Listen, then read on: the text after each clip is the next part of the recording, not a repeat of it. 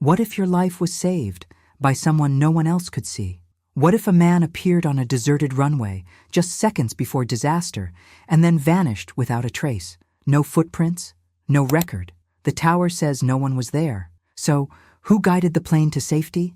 And why did he look exactly like Jesus? This is the story of a pilot, a miracle, and the 12 seconds that changed everything.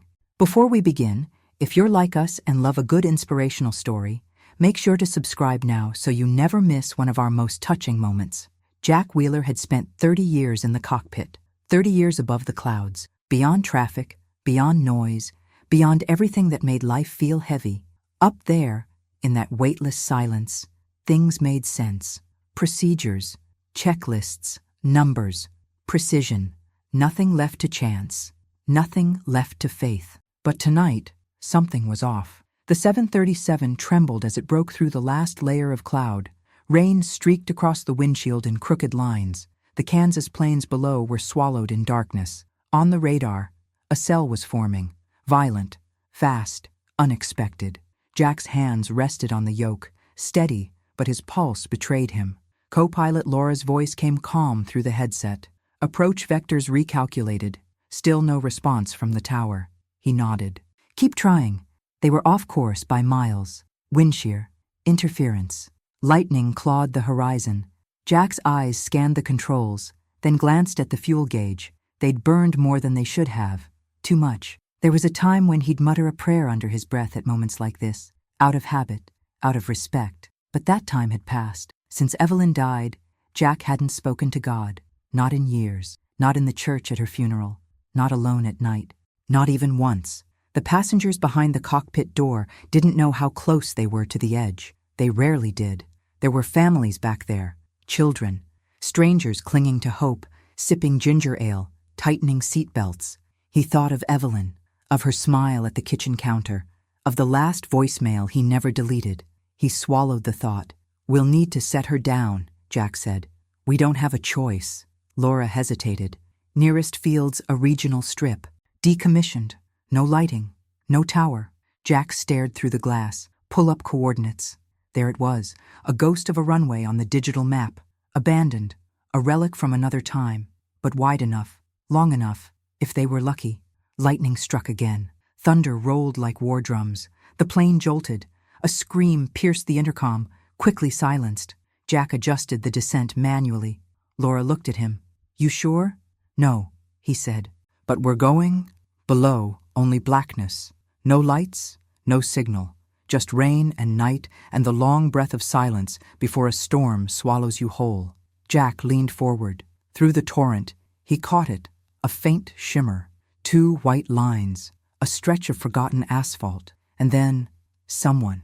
Someone was walking across the runway. A man, white robe, barefoot, moving slowly, calmly, through the rain, as if none of it touched him. Jack's breath caught. The figure turned and lifted an arm, waved, not frantically, not urgently, just beckoning. Do you see that? Jack's voice cracked. See what? On the runway. A man. Laura peered out, confused. There's no one there. But Jack saw him, clear as day. He was walking straight toward the lightless path ahead, like he knew where Jack needed to go, like he had been waiting. The landing gear groaned as it deployed. Alarms screamed their warning. The runway rushed up from the dark. Jack kept his eyes on the man. He didn't look away. Not once. Not even when the wheels kissed the ground and the whole aircraft shook like thunder. The man didn't move. And then he was gone. The aircraft rolled to a halt, metal groaning beneath its own weight. For a few long seconds, the world stood still. No voices, no applause, no chaos. Just rain pattering against the fuselage and the strained exhale of an aircraft that shouldn't have made it. Jack sat motionless, hands still gripping the yoke. The silence felt unnatural, too clean, like the breath held by something unseen, waiting. Laura unstrapped her harness and stood. I'll check the cabin. Jack didn't respond. He was still looking through the windshield. The man was gone. The white robe, the calm presence, the wave. All of it vanished like mist. He rubbed his eyes, hard, fatigue, stress, hallucination, but no. He knew what he saw, and more importantly, he knew what he felt. The The radio crackled to life. Flight 228, this is Kansas City approach. We lost you on radar. Say your position. Jack pressed the mic. Diverted. Emergency landing. Somewhere northwest of, I don't know, a strip. Unmarked. There was a... He stopped himself. There was what? The voice on the other end asked. Jack cleared his throat. We landed safely. Confirm runway. We're not seeing anything out there. Jack looked again. The runway stretched behind them. Cracked, overgrown at the edges, but real. Asphalt and paint, as real as the plane beneath him. I'll get back to you, he said, and set the mic down. The cabin door opened behind him. Murmurs, a baby crying, footsteps shuffling in cautious relief, passengers blinking as if waking from a dream. A few clapped, others wept. One woman fell to her knees, praying out loud, her voice trembling between languages. No one had been hurt, not a bruise, not a scratch. Jack stood slowly, knees aching. He made his way down the aisle, nodding as passengers looked up at him with wide, grateful eyes. Thank you, Captain, one man whispered. God was with you. Jack didn't answer. Not yet. Outside, rescue vehicles arrived an hour later. Bright lights washed over the field. Emergency crews approached cautiously, unsure how a commercial aircraft had landed in a place that shouldn't have been capable of receiving it.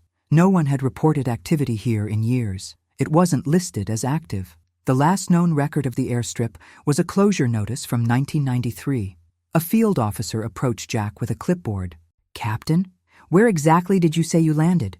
Jack pointed. Right here. The man shook his head. This strip doesn't exist on our charts anymore. We checked satellite. No lighting, no beacon, no infrastructure. You shouldn't have been able to see anything. I saw enough, Jack replied. He gave the usual statements, filled out the incident report, answered every protocol question. But one question lingered long after the others faded. How did he see a man guiding him in a place where no one had been for decades? Later, alone in the temporary terminal, Jack sat with a coffee gone cold. He pulled out his flight log, flipped to the back, and wrote a single sentence in the margin. There was someone there. I wasn't alone. He closed the logbook and sat back. The hum of vending machines, the flicker of old fluorescent lights, and something else, something quieter, settling over him like a blanket he hadn't felt in years. Not peace, not yet, but the beginning of something like it. The official inquiry began less than 24 hours later. Jack was grounded pending investigation. Standard protocol, they said. Nothing personal, but the questions came fast and cold, like wind against glass. Altitude logs, fuel ratios, last transmissions. Why did you divert? Why that location? Why did you descend without clearance? He answered each with the precision they expected. But beneath the surface of every response, something else stirred, a quiet truth he kept untouched, like porcelain in a trembling hand. The man on the runway. He hadn't spoken of him, not in the report, not to Laura, not even to himself, aloud, but his mind returned there constantly, to the white robe, waving in calm defiance of the storm, to the strange stillness that fell over the cockpit when their wheels touched ground. Not luck, not instinct, something else. He couldn't say it. Not yet. The FAA agents concluded their interviews. No violations, no fatalities, no injuries. A miracle, one of them muttered, flipping through the last page of the report. Jack just nodded. He wasn't interested in their words. He was still thinking of the coordinates, the abandoned field, the way it appeared in his instruments, then disappeared from every official chart. After his release, he rented a car and drove west, alone, without explanation, without permission. Something inside him pulled him back to the place where it happened. The narrow road curved through forgotten farmland, past hollow barns and rusting fences. The rain had stopped. The sky hung heavy, thick with autumn heat. When he arrived, the runway looked different, smaller than he remembered, cracked at the edges, grass growing through the seams, a single windsock torn and limp. No sign of recent use, no tire marks, no footprints, just silence, stretched wide over the empty field like a veil. He walked its length slowly, his boots pressing into soft earth where asphalt had given way to soil. At the far end, he stopped. There was nothing there, no cross, no shrine, no figure waiting in white. But the feeling returned, the same quiet presence he'd felt that night, as if something had waited patiently and now watched him without speaking. Not a voice, not a vision, just awareness. He whispered then, barely above breath, "Who were you?" There was no answer, only the rustle of wind across dry stalks, and still, the question hung in the air like smoke. On his drive back, Jack didn't turn on the radio. He kept his thoughts close, his hands tight on the wheel, but something had shifted in him. Not clarity, not conviction, just a crack in the wall he'd spent years building, a wall of logic, of grief, of silence. That night in the hotel room, he unpacked nothing. He lay on the bed, staring at the ceiling, wide awake. In the drawer beside him, there was a Gideon Bible. He pulled it out slowly, as if it might burn his hands. It had been years, decades maybe. He opened it not to read, but to hold. The weight of it surprised him. Inside the front cover, a name was written in faded ink. If lost, return to James T. Wheeler, his father's name. He ran his fingers over the letters, closed the cover, set it down gently, and for the first time in a long, long while, he whispered not a question, but a name. Jesus. 3 weeks passed. Jack didn't speak of the landing, not even when prompted. He gave interviews only when required, his voice measured, his tone detached. He was praised, unofficially. A miracle landing, they called it. Skill under pressure. A veteran's instinct, but he knew better. He knew the difference between instinct and intervention. And what he'd experienced that night didn't belong to him. One afternoon, he received a call from a technician assigned to the radar tower logs. A routine courtesy. Jack almost ignored it. But the man's voice held an edge he couldn't place, something between curiosity and disbelief. "We ran diagnostics on the logs from that night," the technician said. "We've confirmed something odd." Jack waited. No human presence was detected on the runway.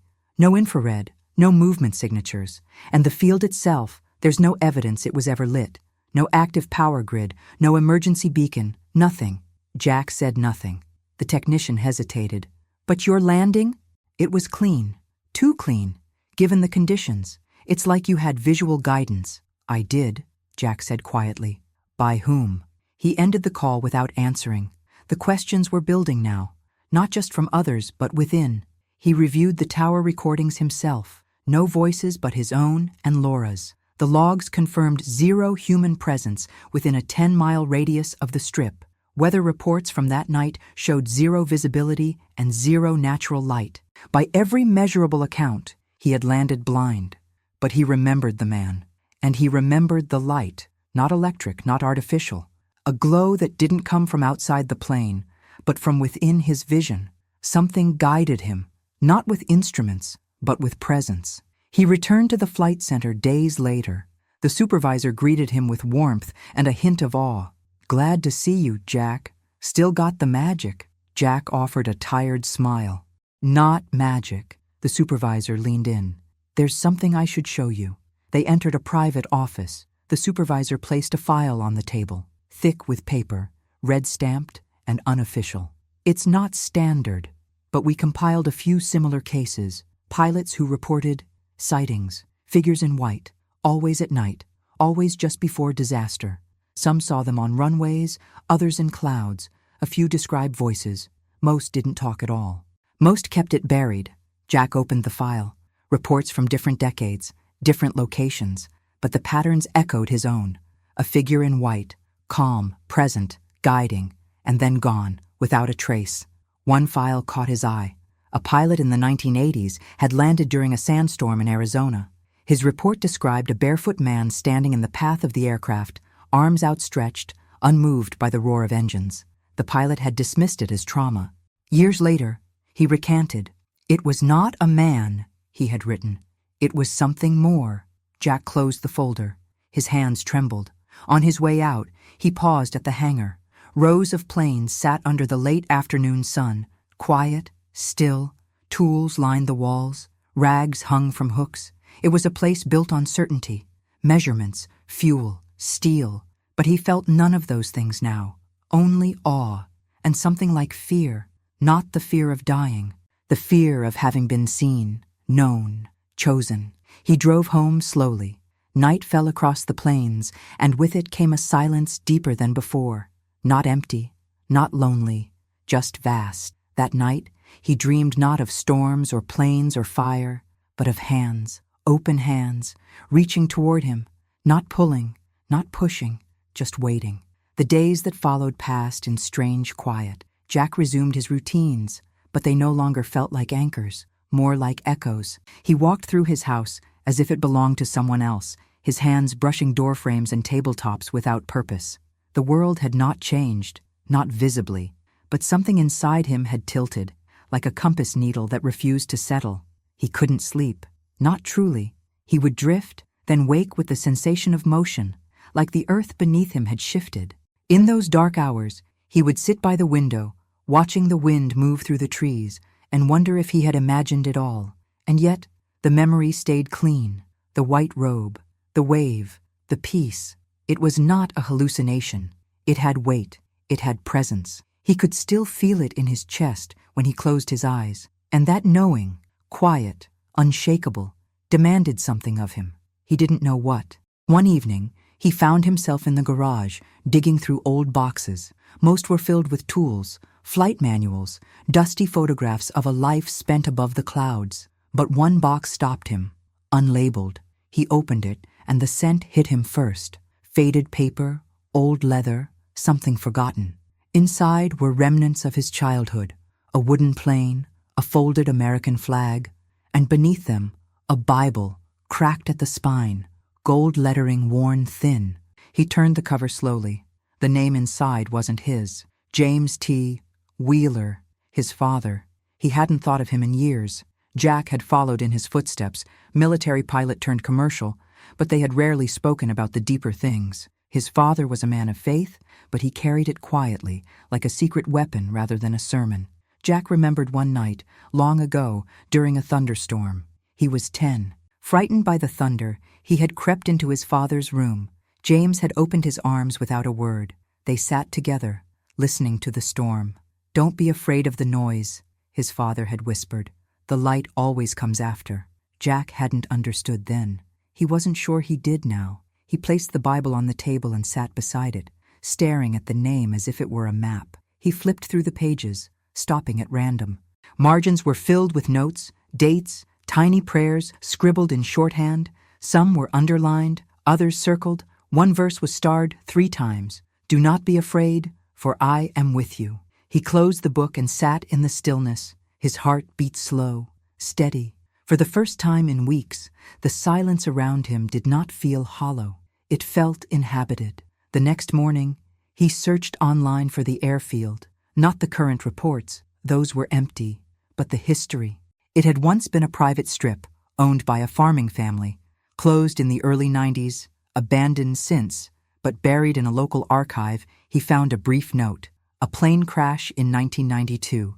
A child among the victims. No survivors. The name of the child was James Wheeler Jr. Not related, not connected, just a name, but it was enough to make him stop breathing for a moment. He stared at the screen, trying to understand why this name, why now, why here. It felt like a message too precise to be random, and yet too strange to be explained. A forgotten name, a forgotten strip, a presence on the runway, and a man who had once told him the light always comes after the noise. He hadn't intended to walk into the hangar chapel, not consciously. He was on his way to file flight documentation, routine, procedural, mindless, but his feet moved of their own accord, a quiet pull he didn't resist. The small room sat tucked between storage units and forgotten maintenance bays, its door almost always open, though rarely entered, a place out of time, like someone had built it and then let it fall into gentle disuse. Inside, it was cooler. The air carried the scent of wood polish and old books. Rows of empty chairs faced a plain wooden cross. No candles, no music, just quiet, a space to breathe. Jack sat down without a word. Moments passed. Then, a voice behind him. "Not many people come in here anymore." Jack turned. A man in uniform approached, sleeves rolled up, grease smudged on his hands, older, maybe late 60s, broad shoulders, clear eyes. Not a priest, at least, not in appearance. He looked like someone who'd spent more time with engines than sermons. I'm Bill, the man said, settling beside him. Used to fly. Now I fix what I can and talk to those who need it. Jack nodded slowly. You're the chaplain. Unofficially. Nobody asked me to be. I just stayed after everyone else stopped showing up. There was silence between them. Comfortable, not forced. Then Jack spoke. I saw someone. Bill didn't flinch. On the runway. Jack looked at him sharply. I've heard the stories, Bill said. Not often, and never twice from the same man, but enough to know something happens out there that can't be logged. I thought it was stress, delirium, but it wasn't. He was there, and then he wasn't. And the field, it shouldn't have existed. It did that night, Bill said. That's enough. Jack hesitated. You've seen him? Bill leaned back. His eyes grew distant. Desert, 1991. Sandstorm hit us out of nowhere. I was alone in the cockpit, trying to bring her down. Nothing made sense. Coordinates, compass, even my instruments spun like they were drunk. Then I saw someone standing just beyond the flare lights. Calm, still, no goggles, no mask, just watching. I followed his gaze, made a correction, avoided a full collapse. Jack's throat tightened. Did anyone else see? No one. No recordings, no footprints. But I was there, and I walked away when I shouldn't have. The room fell into silence again. Bill looked over. You believe it was him? Jack didn't answer immediately. I don't know what I believe anymore. I just know I wasn't alone. Bill nodded. That's the start. Jack exhaled slowly. I used to pray, years ago, before my wife got sick, before everything turned quiet. She passed, Jack nodded. Cancer, quick, brutal. And you stopped praying? I stopped believing anyone was listening. Bill was quiet a long moment, then said, maybe he wasn't silent. Maybe we were too hurt to hear. Jack felt something shift in his chest, not release, recognition. He stood, thanked Bill with a nod, and left without another word. But as he walked away from the chapel, he knew he'd return. There was more to say, more to hear, and perhaps, for the first time in years, someone waiting to listen. The report arrived on a Tuesday. A thick manila envelope, unmarked, slid across his desk by a silent courier who offered no explanation. Jack stared at it for a moment before opening it, already suspecting what it contained. The official investigation, the final analysis. He unfolded the pages with careful hands, reading line by line, weather data, black box transcripts, aircraft diagnostics. Each paragraph was a mirror of what he already knew. But buried in the middle, quiet, almost forgotten, was the section that mattered most. Structural Integrity Analysis, Flight 228. He read it once, then again. The report stated, without ceremony, that the aircraft's left wing spar had sustained stress well beyond tolerance during descent. The panel recommended immediate retirement of the aircraft, citing undetected fatigue along a crucial joint. One more turn, one more jolt, 12 more seconds in the air, and the wing would have separated entirely. 12 seconds. That was how close they had come. Jack leaned back, hands trembling slightly. His thoughts didn't go to the passengers or the plane, not immediately. They went to the man in white, standing at the edge of the darkness, waving, not shouting, not demanding, just guiding. 12 seconds. He closed the report and placed it gently on the table. There was no longer room for coincidence. Later that day, he returned to the chapel. Bill was there, wiping dust from hymnals. Jack didn't speak at first. He sat in the same seat as before, the Bible from his father now resting in his lap. The silence stretched out, not empty, but sacred. They said we had 12 seconds left, Jack finally said. 12. Bill looked over, understanding without asking. Then you were given 13. Jack nodded. What do you do with that? You live like everyone after that was borrowed. Because it was. Jack opened the Bible, turning again to the underlined passage. Do not be afraid, for I am with you. He had read it a dozen times now, but it settled differently each time. Tonight, it felt like instruction, not comfort. I keep thinking about the others, Jack said. The ones who didn't make it. That crash in '92. The boy named James. I can't stop wondering why they didn't get the extra second. Bill leaned forward. Maybe they weren't alone either. Maybe their moment came, and they were met, just like you were. Just in a different way. Jack let the thought hang in the air. Outside, the wind began to pick up. Leaves scraped against the windows. The world moved on. oblivious to revelations carried in silence. "I need to go back," Jack said. "To the field. One last time." Bill didn't question him. "Then go." Jack stood, the Bible still in his hand. There was no ritual, no grand gesture, just a quiet decision made between one heartbeat and the next. He would return not for answers, but to honor the moment, to stand where he had once been guided, to see if, in the stillness, there might be something more. He didn't expect light. He didn't expect voices.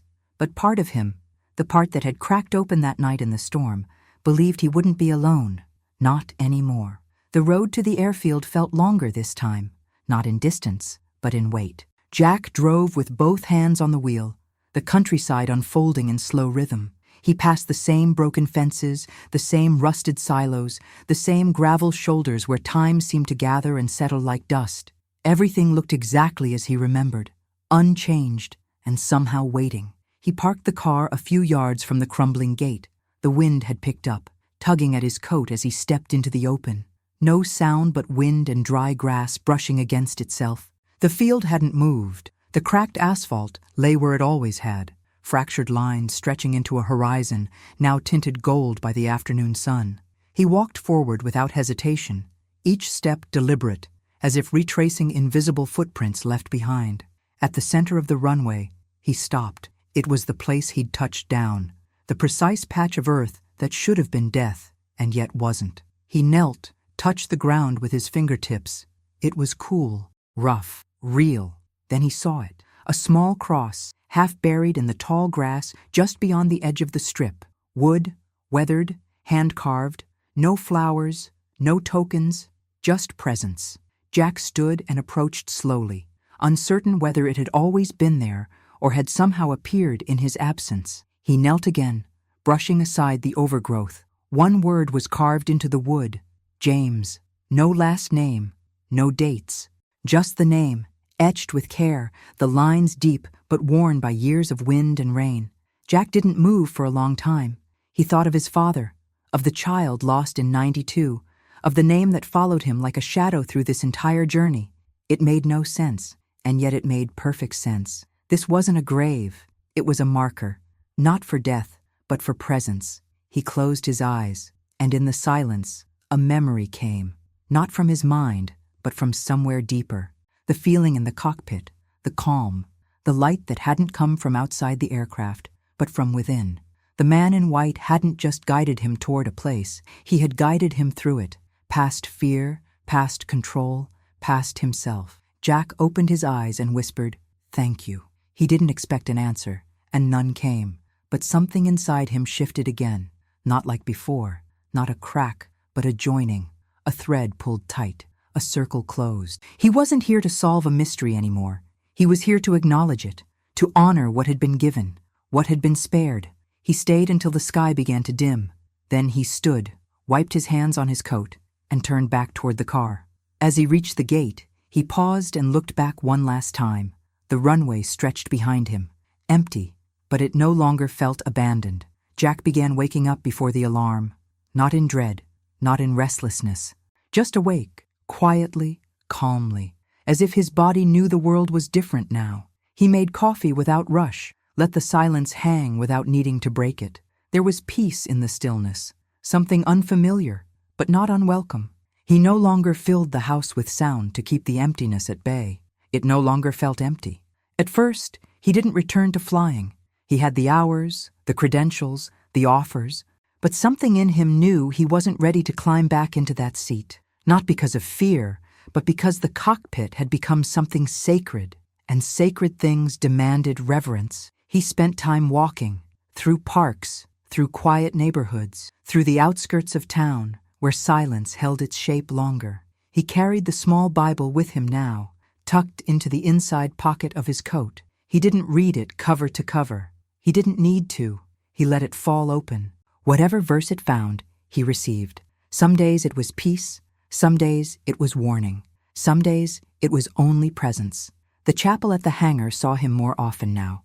He and Bill didn't always talk. Sometimes they just sat. Other times they spoke of things not found in manuals: loss, waiting, forgiveness, mystery.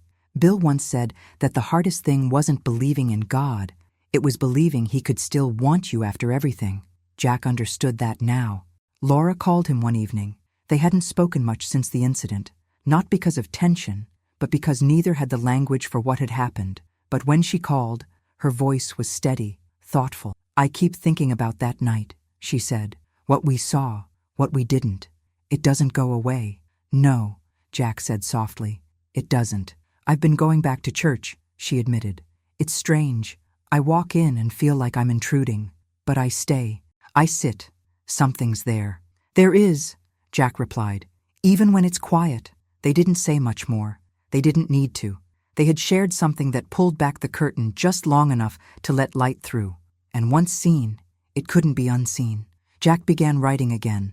Not for anyone else, just for himself. Fragments, mostly. Memories, questions, prayers. He wasn't sure how to speak aloud.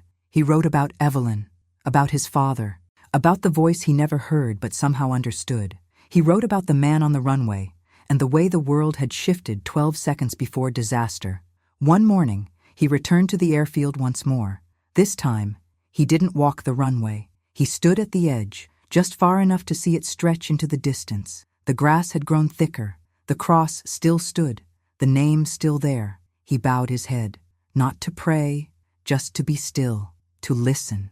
And in that silence, he felt it again.